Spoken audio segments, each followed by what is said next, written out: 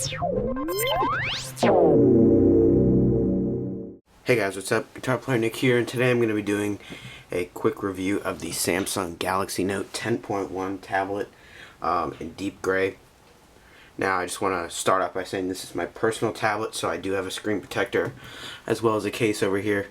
Hold on, let me zoom out a little bit. So hopefully you can see that better now. I'm zoomed out. Now first I want to talk about the design of this tablet.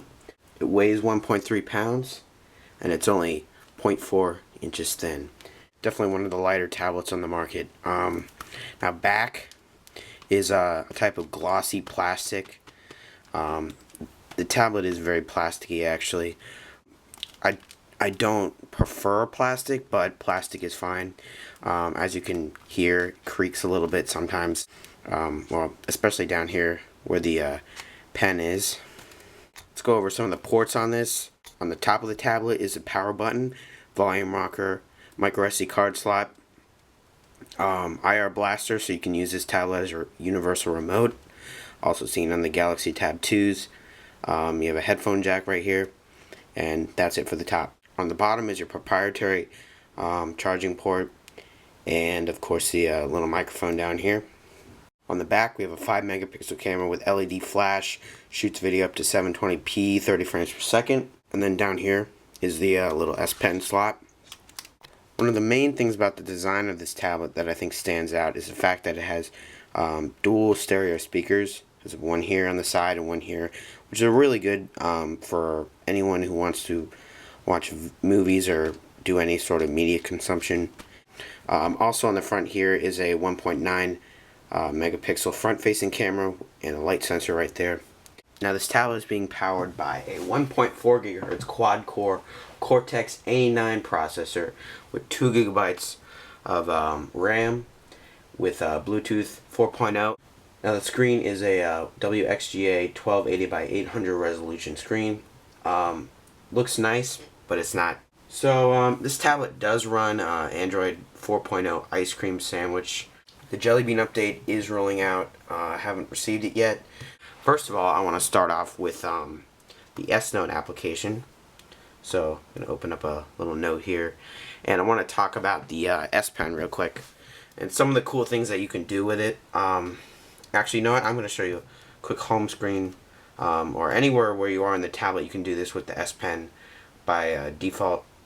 I don't know if you can see. There's a little button right here that you can press, a little clicky button.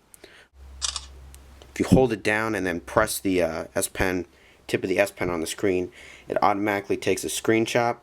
Then from here you can edit it, you can draw on it, and I think that's really cool. So let's go ahead and take a look at the S Note application. So first of all, the pen accuracy is very good.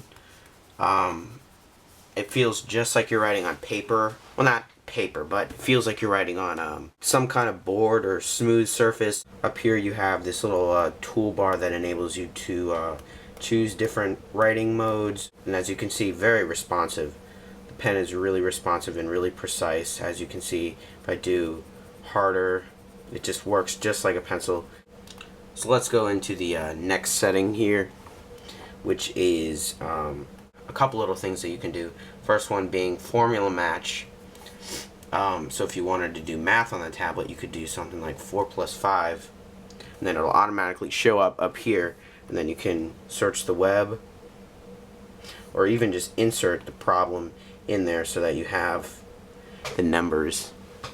Another cool thing is shape match. So if you draw any shape, it'll automatically correct it, although you have to actually, like as you can see there, you have to be drawing it very precisely for it to correct it perfectly. Like as you can see, the whole plus sign here got all messed up, but anyway, that's not really a big deal. Last one would be handwriting the text, which I'm not exactly sure how it works. I guess you just would write. I haven't really used it much. Yeah, let's see. Nick is reviewing. It's not exactly that precise. See, it just put those two words together, but it's still one of those features that can easily be fixed up in an update. And of course we have the text typing feature. So if I wanted to animal is a tiger. And the keyboard is actually not bad. It's a little on the cramped side, but it still works. So I have the multi-window feature open up here. I just went to this little box here, and I went to the Internet tab. I'm going to go ahead and load up Techno Buffalo so you can see the performance with the two windows. As you can see, it actually loaded up the mobile site there. Let me load up the desktop site. It does that a lot. I find that a lot of sites that have a mobile site, it loads the mobile site instead of the full site, which gets a little annoying after a while. But and as you can see, website loaded up. Double tap. Whoops, didn't mean to do that. Double tap. Works pretty well. A little checkerboarding going on here. The website loading. As you can see, pinch to zoom, pretty smooth. Text does take a little time to render, but not that big of a deal. Still very fast. And over here, the one major thing I do have a problem with multi-view is the fact that I'll go and I'll write something. It took some time to actually recognize that I wrote something there. This will happen when I go over to the web browser, scrolling, and then going back to write. There's a tiny little delay. Not really a big deal, but just one of those things that probably will be fixed in an update. Probably with Jelly Bean coming to this tablet. So multi-window with internet works pretty well. We'll go ahead and I want to show you a quick video. So I'm going to go ahead and select the helicopter video. And as you can see, you can write while the video is playing. You can actually pop the video out and do pretty much anything you want to do when the video is actually out here. So really cool feature. One of the other things I want to talk about is this little arrow down here actually has little mini windows of things like S Planner or your calendar. You can open up a little note when you're surfing the web or doing whatever on the tablet, even playing games sometimes. You can actually use this little these little pop-out mini window thingies down here, and it actually works very well. As you can see, you can also customize it with music player. Although I don't want music player in there, I've customized it to my liking. There's alarm. You can just pretty much add these in there. You can't rearrange them as of now with Ice Cream Sandwich, but you might be able to with Jelly Bean. Go ahead and load up a 3D game. I'm going to go ahead and load up Need for Speed Most Wanted. Now this game is not buttery smooth, but it's not really laggy. It actually runs pretty well, especially with the graphics in the game.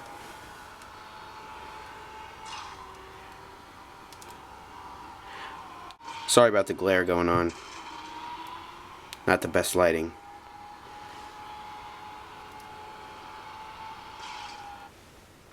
So as you can see, Need for Speed worked pretty well. Gaming on this tablet, definitely a tablet to get if you're going to be gaming a lot.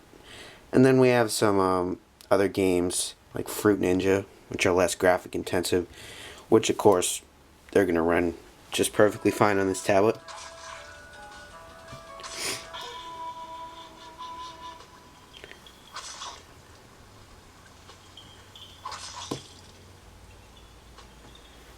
So if you're going to play any games like Angry Birds, which I think I have, I don't know if I have Angry Birds, any games like that, any pretty basic games will definitely work pretty seamless on this tablet. Now I want to talk about the customizations that Samsung has done with TouchWiz. For instance, in the settings on here, things like system pen options, hovering pen icon, detached sound, battery saving, options after detaching pen, as well as things like the dock sound here and audio output. And then up here, I noticed there is no stock Android keyboard on here, so you are stuck with Samsung keyboard. This Samsung keyboard unless you go to the Play Store and download another keyboard or get another keyboard from somewhere else. So some of the security options, there's lock screen options. I have things like little shortcuts on the lock screen. I have those disabled. I like more of a cleaner lock screen appearance than having a bunch of little options. That's just me. And as you can see, you get that nice ripple effect that you do with the Galaxy S3, which you can turn off in here, and then you can actually just get a little lock here. But I like the little ripple effect.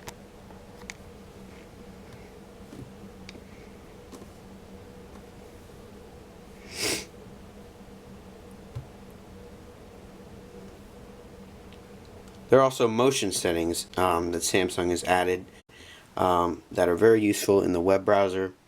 To enable these, you go to motion in the settings, and then you have things like pan to move icon, tilt to zoom, pan to browse images, and then you can actually just rotate the tablet and it will zoom in on things for you. So that's a really cool feature there too.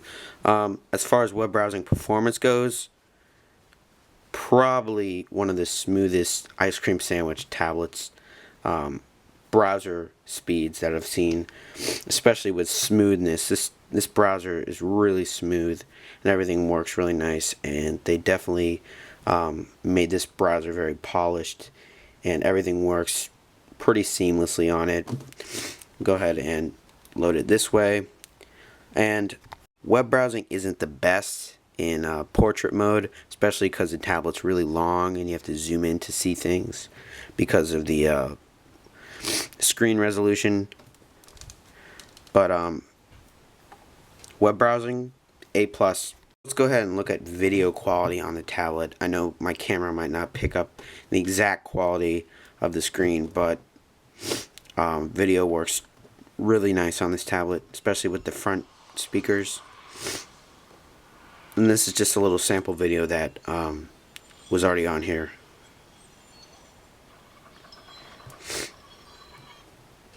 And as I've said before, you can use the little pop-out mode and watch it anywhere where you are.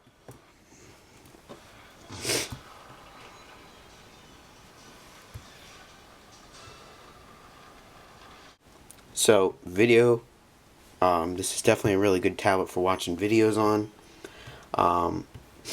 And battery life is also pretty good on it too. Not as good as something like the iPad, but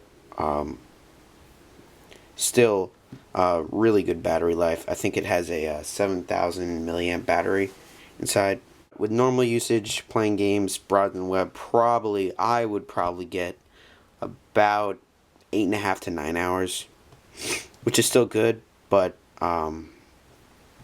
there is no extended dock or anything to extend the battery, so there are power saving modes and you can disable Bluetooth and stuff, but battery life is actually pretty good on it. So overall, if you're looking to buy an Android tablet, or maybe looking at something like the Nexus 10 or the Transformer series from Asus, I really gotta say this is the best out of all of them, at least my preference out of all of them. Mainly with the multi-screen feature, you can do two things at once, which definitely comes in handy, especially when you're trying to do things that you would do maybe on a computer and want to have those features. Maybe you want to pull out a calculator when you're surfing the web, that kind of thing. This tablet beats out any other tablet on the market. It's the only one that can do things like that, and this is definitely the one I would pick if I was spending my money on a tablet.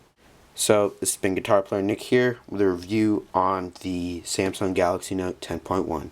Thanks for watching. Be sure to comment, rate, and subscribe.